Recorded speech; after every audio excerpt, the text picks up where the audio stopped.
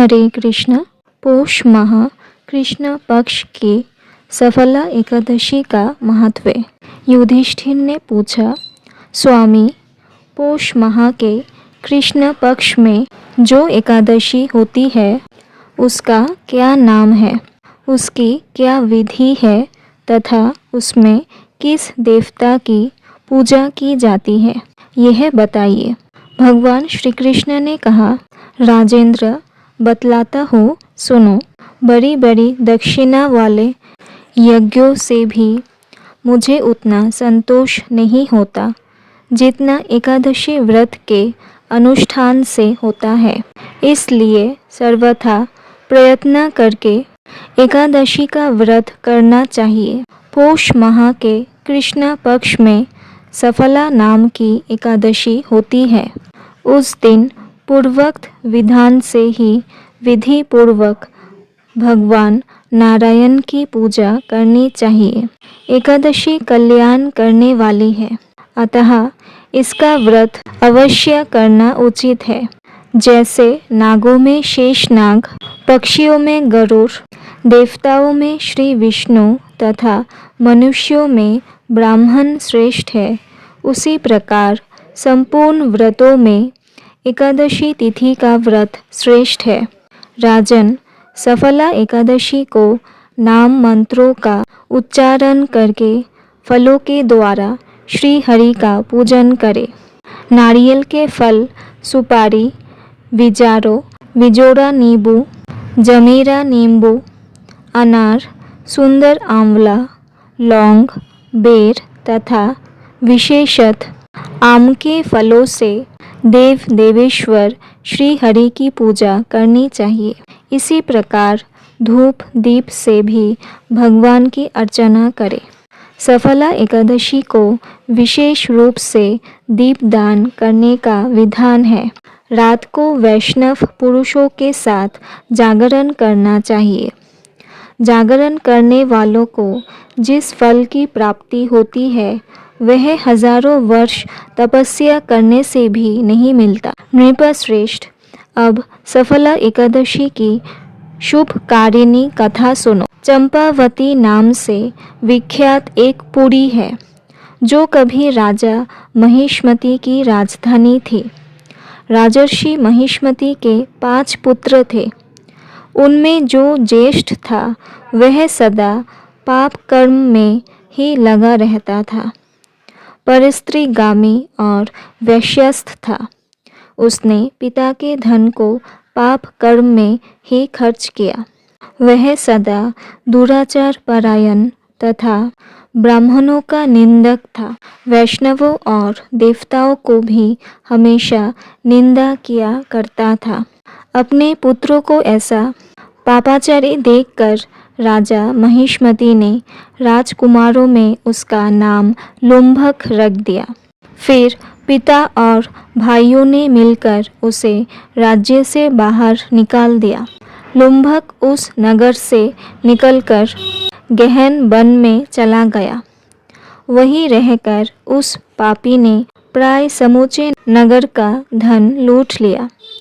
एक दिन जब वह चोरी करने के लिए नगर में आया तो रात में पहरा देने वाले सिपाहियों ने उसे पकड़ लिया। किंतु जब उसने अपने को राजा महिष्मति का पुत्र बतलाया तो सिपाहियों ने उसे छोड़ दिया।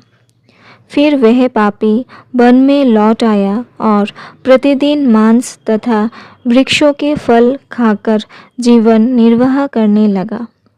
उस दुष्ट का विश्राम स्थान पीपल वृक्ष के निकट था। वहाँ बहुत वर्षों का पुराना पीपल का वृक्ष था। उस वन में वह वृक्ष एक महान देवता माना जाता था। पाप बुद्धि लुम्भक वही निवास करता था। बहुत दिनों के पश्चात एक दिन किसी संचित पुण्यों के प्रभाव से उसके द्वारा एकादशी के व्रत का पालन हो गया। पौष माह में कृष्ण पक्ष की दशमी के दिन पापिष्ठ लुम्भक ने वृक्षों के फल खाए और वस्त्रहीन होने के कारण रात भर जोड़े का कष्ट भोगा। उस समय ना तो उसे नींद आई और ना आराम ही मिला। वह निष्प्राण सा हो रहा था। सूर्योदय होने पर भी उस पापी को होश नहीं हुआ। सफला एकादशी के दिन भी लुम्भक बेहोश पड़ा रहा। दोपहर होने पर उसे चेतना प्राप्त हुई। फिर इधर उधर दृष्टि डालकर वह आसान से उठा और लंगड़े की भांति पैरों से बार बार लड़खड़ाता हुआ वन के भीतर गया। वह भूख से दुर्बल और पीड़ित हो रहा था। राजन, उस समय लुम्भक बहुत से फल लेकर ज्यों ही विश्राम स्थान पर लौटा त्यों ही सूर्यदेव अस्त हो गए। तब उसने वृक्ष की जड़ में बहुत से फल निवेदन करते हुए कहा, इन फलों से लक्ष्मीपति भगवान विष्णु संतुष्ट हो। यो कहकर लुम्भक ने रात भर नींद नहीं ली। इस प्रकार अनायास ही उसने इस व्रत का पालन कर लिया। उस समय सहसा आकाशवाणी हुई, राजकुमार, तुम सफला एकादशी के प्रसाद से राज्य और पुत्र प्राप्त करोगे। बहुत अच्छा कहकर उसने वह वरदान स्वीकार किया। इसके बाद उसका रूप दिव्य हो गया। तब से उसकी उत्तम बुद्धि भगवान विष्णु के भजन में लग गई। दिव्य आभूषणों की शोभा से संपन्न होकर उसने आकंटक राज्य प्राप्त किया और 15 वर्षों तक वह उसका संचालन करता रहा। उस समय भगवान श्री कृष्ण की कृपा से उसके मनुज्ञ नामक पुत्र उत्पन्न हुआ।